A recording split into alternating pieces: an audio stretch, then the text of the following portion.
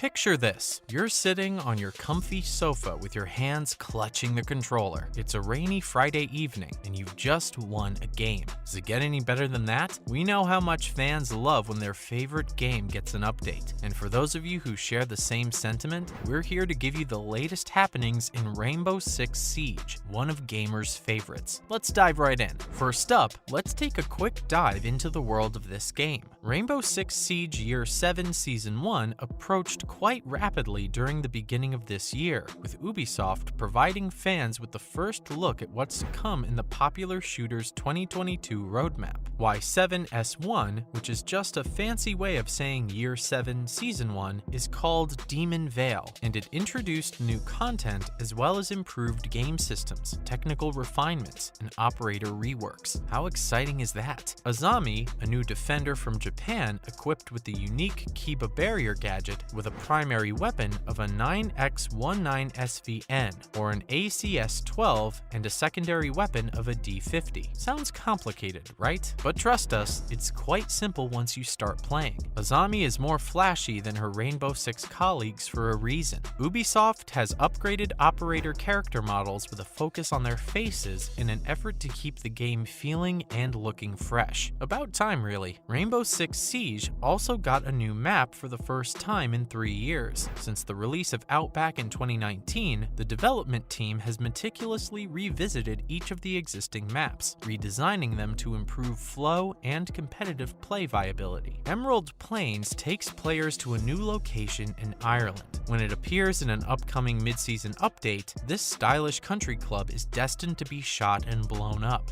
Demon Vale contains even more content. The attacker repick feature is reinstated to help shake up the pre-competitive phase. Meanwhile, Year 7 added Team Deathmatch as a permanent game mode to the casual end of the spectrum. This should be extremely useful for newcomers and lapsed players as they experiment with loadouts and learn the ropes. Next up, that's not all, friends. Rainbow Siege just teased the new season. Ubisoft has released a new teaser trailer for Tom Clancy's Rainbow Six Siege's newest season, giving fans a sneak peek into the newest operator. The trailer provides a cinematic overhead view of various Nighthaven squad members' equipment, such as Ace and Aruni, while Nighthaven founder Jamini Kalamohan Kali Shah narrates how successful the organization has become since splitting from Team Rainbow. The trailer concludes with a cinematic shot of what appears to be the equipment of the newest operator, who hails from Singapore and is most likely a Nighthaven member. Rainbow Six Siege has been a huge success since its initial release in 2015. Ubisoft has consistently updated and released content for the game, with the next season set to be the game's 26th update, which will also include changes to operators and a new map set to join the competitive pool, according to a blog post shared by Ubisoft last month. Rainbow Six Siege is now available for the PlayStation 4, PlayStation 5, PC, Xbox One, and Xbox Series XS. While you wait for the next season to be revealed, check out what the current season has to offer,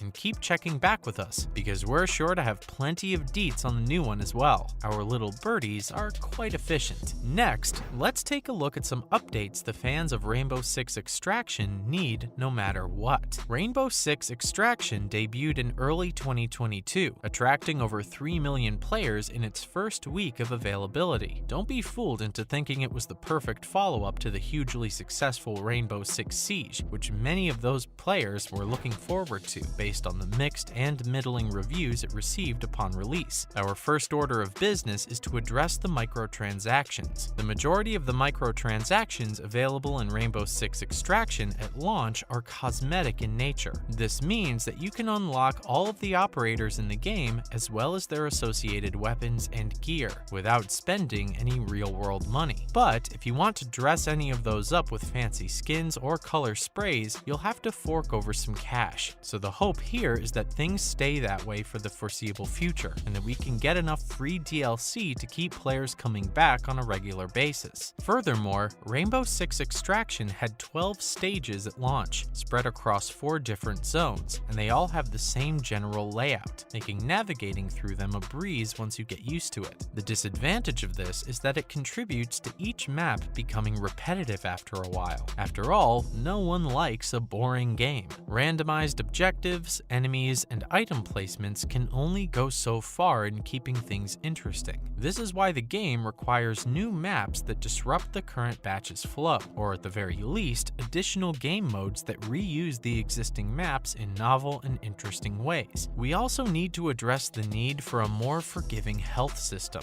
In the game, player health does not regenerate, and using health kits only provides a temporary boost in health that depletes over the course of an incursion. If you lose your health and have to rely on your teammates to carry your body to the extraction point, you risk losing all of your hard-earned XP, which is never a good thing. Lastly, but definitely not the least, the leveling system in Rainbow Six Extraction may appear confusing. The main issue here is how XP is distributed throughout the game, and how annoying it can become. Players gain experience points by completing the various objectives assigned to them throughout each match. Some of these are so specific that they don't always mesh with the game's randomness. This much is obvious. Fans need a better leveling up system. Now, here's some other news that might interest you. First up, Rainbow Six Siege developers don't want a sequel. Rainbow Six Siege was released in December of 2015, a whopping 7 years ago. Since then, the game has proven to be a successful implementation of the game as a service model.